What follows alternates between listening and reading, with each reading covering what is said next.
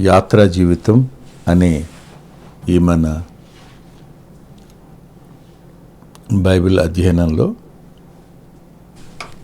ఆదికాండం 15వ అధ్యాయం. ఇవి జరిగిన తరువాత యెహోవా వాక్యము అబ్రామునకు దర్శనమందు వచ్చి, అబ్రామా, భయపడకుము, నేను నీకు కేడెము, నీ బహుమానము అత్యధికముగునని చెప్పాను. ఇవి జరిగిన తరువాత లేఖనంలో ఒక అధ్యాయాన్ని ఇవి జరిగిన తరువాత అని రాసిన మొదటి అధ్యాయం 15వ అధ్యాయం, ఆఖరి అధ్యాయం 49వ అధ్యాయం, 22వ అధ్యాయంలో కూడా ఈ మాటతోనే ఆరంభమవుతుంది. ఈ సంగతులు జరిగిన తరువాత అని. యెహోవా వాక్యము అబ్రామునకు దర్శనమందు వచ్చి, దేవుని వాక్యం అతనికి దర్శనంలో వచ్చి పేరు పెట్టి పిలిచి, భయపడకుము అన్నాడు. అంటే ఎంతటి వ్యక్తులకైనా భయం అనేది సర్వసాధారణం. నేను దేనికి భయపడను అనొచ్చు, కానీ భవిష్యత్తును గురించిన భయాలు కానీ,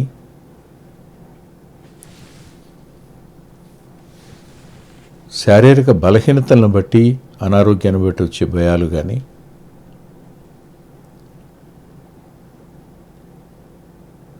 దేశంలో ఉన్న పరిస్థితులను బట్టి రేపటి తరాలను గురించిన భయాలు కానీ వచ్చే అవకాశాలు ఉన్నాయి, లేవనడానికి లేదు.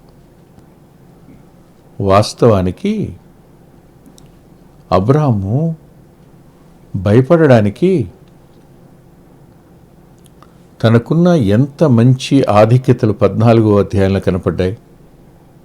అతడు గొప్ప విజయాన్ని చూశాడు, గొప్ప ప్రత్యక్షతను పొందాడు, గొప్ప సాక్ష్యాన్ని పొందాడు. అయినా కూడా భయపడ్డాడు అనే మాట ప్రభు నోట చెప్తే తప్ప మనకు అర్థం కాల. అంటే అబ్రాహాము భయపడుతున్నాడు అనే సత్యం పరలోకానికి తెలుసు. మన భయాలన్నీ మన ప్రభువుకు తెలుసు. భయాలకు తగినట్లుగా మాట్లాడడం, భయాలకు చికిత్స చేయడం అనే దగ్గర దేవుని వాక్యానికి మించిన వైద్యం మరొకటి ఉండదు. ప్రభువే వైద్యుడు. మానసికమైన ప్రతి విధమైన బలహీనత వద్ద ఆయన చికిత్స చేయడానికి సంసిద్ధుడు. దర్శనమందు వచ్చి, అబ్రామా, భయపడకు అన్నాడు. అబ్రాహాము భయపడ్డాడు. దేనికి భయపడ్డాడు? ఎందుకు భయం వచ్చింది? క్రింద వచనాల్లో ఉంటుంది. కానీ దేవుడు మాట్లాడుతూ, అబ్రామా, నేను నీకు కేడెము, నేను నీకు కేడెము. అసలు ఈ మాట దేవుడు తానే మాట్లాడుతూ, నేనేనయ్యా నీకు కేడాన్ని అన్నాడు. కేడెము అనే పదం అది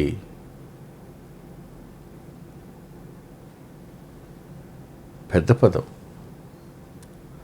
విశ్వాసం అనే డాలు వేరు, కేడెం వేరు. డాలు అంటే చిన్నది, ఓ చేత్తో పట్టుకుని ఇట్లా అడ్డం పెట్టుకునేది, చిన్నది, చేత్తో పట్టుకునేది. కానీ కేడెము అంటే ఆపాదమస్తకం కప్పి ఉంచేది.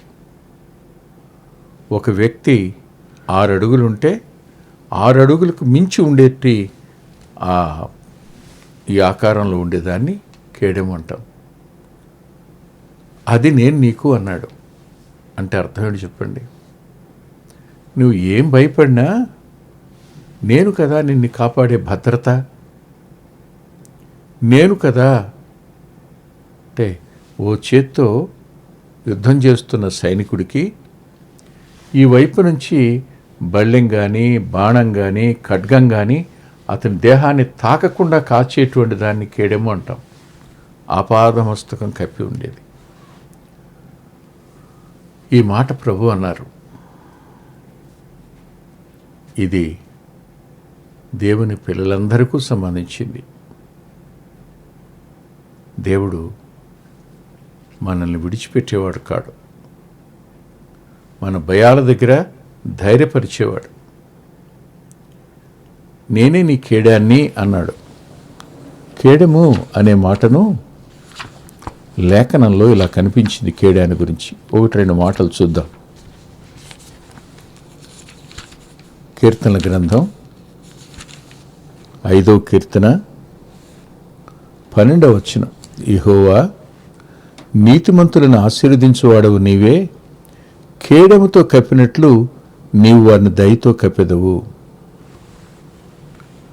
కేడెముతో కప్పినట్లు దయతో కప్పుతావు అన్న పదం అంటే నీకు నేను దయ చూపిస్తా. నువ్వెందుకు భయపడుతున్నావో నాకు తెలుసు. నీ భయానికి నేను చెప్తున్నాను చికిత్స. నేనే నీ మీద దయ చూపించేది. నేనే నీ మీద కృప చూపిస్తా. నేనే నీకు కేడాన్ని. శక్తి సామర్థ్యాలు లేకపోయినా, సామర్థ్యత లేకపోయినా, అర్హత లేకపోయినా, అర్హత లేని వాణ్ణి అర్హునిగా చేసే పదం కృప, దయ అనే పదాలు. అయ్యా దయచూపువా అనే పదం, కృపచూపువా అనే పదాలు.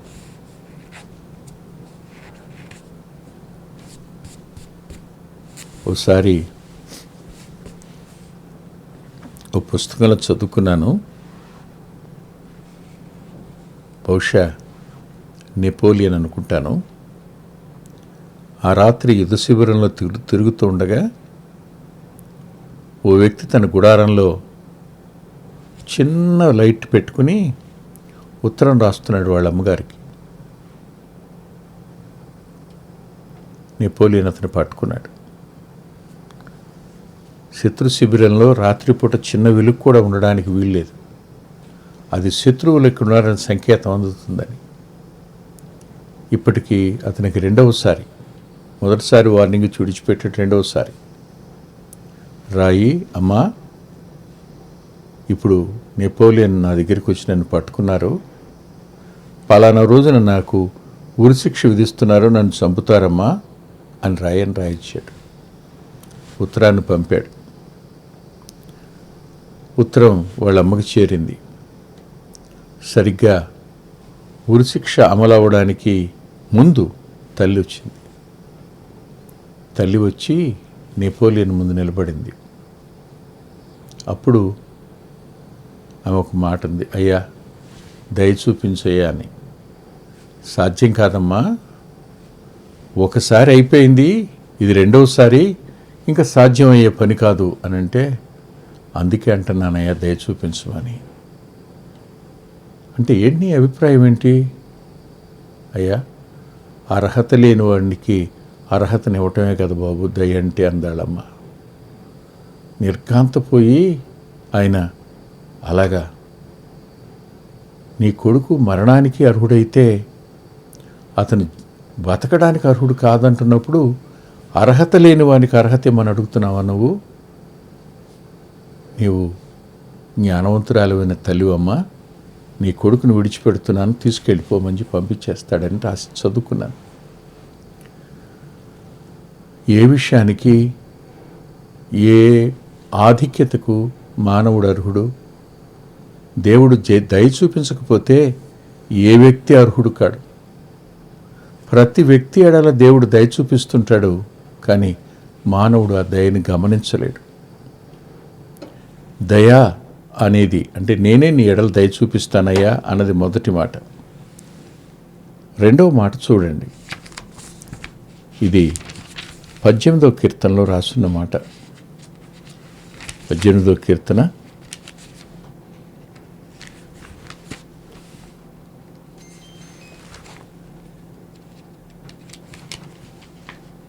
3 35 నీ రక్షణ కేడెమును నువ్వు నాకు అందించున్నావు అన్నాడు. కేడెము అనే పదం రక్షణ అని. నేనే నీకు రక్షణ. ఎందుకు అంటే అబ్రహాము అప్పటికే ఓ నిర్ణయాన్ని తీసుకుని ఉన్నాడు. ఆ నిర్ణయం ఏమిటంటే, ఎంతుంటే ఏముంది, నేను సంతానం లేని వాడైపోతున్నాను కదా, దమస్కు ఎలియాజరే కదా నా ఇంటి ఆస్తికర్త, అది అన్నమాట. ఈ మాట తర్వాత చెప్తాడు. కానీ ప్రభువుకు మన ఆలోచనలు తెలుసు, మన భయాలు తెలుసు, మనం ఎందుకు ఇలా అంటున్నామో కూడా తెలుసు. ఇక్కడ ఒక మాట చాలా చక్కగా అన్నాడు అబ్రహాం గారు. ఏమన్నాడంటే, నీవు నాకేమిస్తే ఏమిటి అన్నాడు. ప్రభువైన యెహోవా నాకేమిచ్చిననేమి?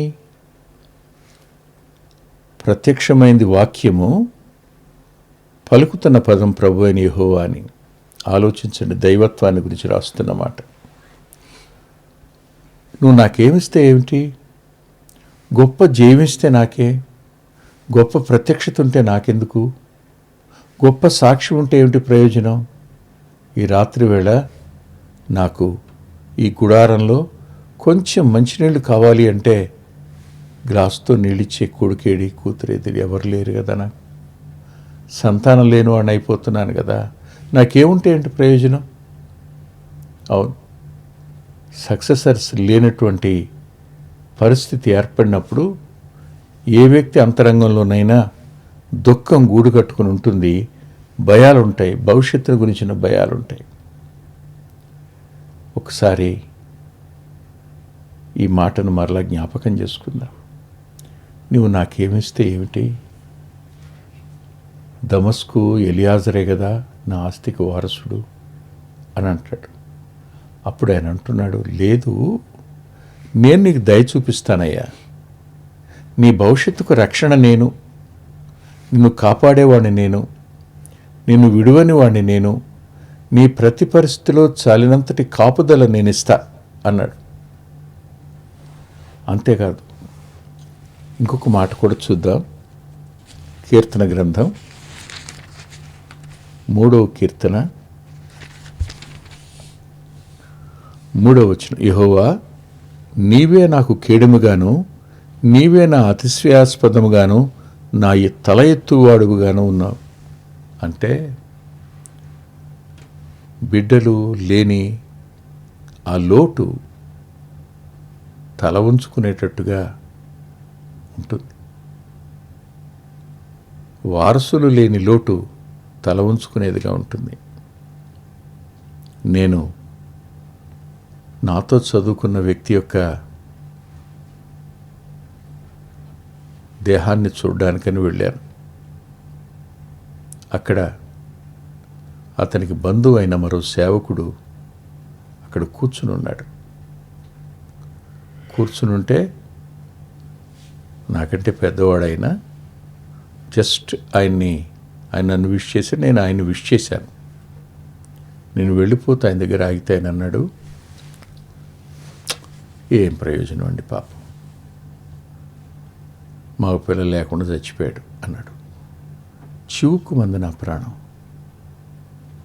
అది దేవుని ఇష్టాలకు సంబంధించింది. మనకి మగపిల్లలు పుట్టినంత మాత్రాన వాళ్ళకంటే మనం గనులం అనుకుంటే క్షేమం కాదు కదా. కానీ మగపిల్లలు లేనటువంటి లోటు ఆ వంశానికి ఉంటుంది, అది దుఃఖంగానే ఉంటుంది, కాదనను నేను. కాబట్టి తెల్లవారితే ఎలియాజర్ని వారసునిగా ప్రకటిస్తాడేమో అబ్రహాం, మనకు తెలియదు. అప్పుడు ప్రభు అన్నారు, అబ్బాయి నీ తల పైకెత్తేవాడిని నేనే. ఎందుకో తెలుసా? కిందంటాడు, నీకు కేడెమును నీ బహుమానము అత్యధికముగునని చెప్పాను. ఇంగ్లీష్లో ఉంటుంది, I am yours shield and yours exceedingly great reward అని రాసి ఉంటుంది. నేనేనయ్యా విస్తరించే నీ బహుమానాన్ని అని. అందుకనే కీర్తనాకారుడు అంటాడు, గర్భఫలము యెహోవా ఇచ్చు బహుమానం అని. భయపడక అబ్రహాము, నీ జీవితకాలం కాపాడేవాడిని, దయ చూపించి గౌరవం తలపైకెత్తేవాడిని నేనే, రక్షించేవాడిని నేనే. అంతేకాదు, నేనే నీ గర్భవాసాన్ని పుట్టాలనుకుంటున్నానయ్యా అన్నాడేమో అనిపించింది. భయాలకు దేవుడే చికిత్స. మన భవిష్యత్తు ఆయనలో ఉంది. ఆయన చేసే కార్యాలు ప్రస్తుతానికి కనపడడం లేదు, కానీ ఆయన చేయబోయే కార్యాలు భవిష్యత్తులో అనేకులు చూస్తారు. అట్టి కృప ప్రభు మనకు అనుగ్రహించునుగాక. ప్రేమగల తండ్రి, పరిశుద్ధుడైన గొప్ప దేవ, కొద్ది మాటలు చెప్పడానికి సహాయపడ్డారు. ముందున్న సమయం దీవెనగా మార్చుమని యేసుక్రీస్తు ప్రభు వారి పేరిట ప్రార్థిస్తున్నాం తండ్రి. ఆమేన్. ప్రభు చిత్తమైతే ఆదివారం ఉదయం 9:30 గంటలకు లైవ్లో కలుసుకుందాం.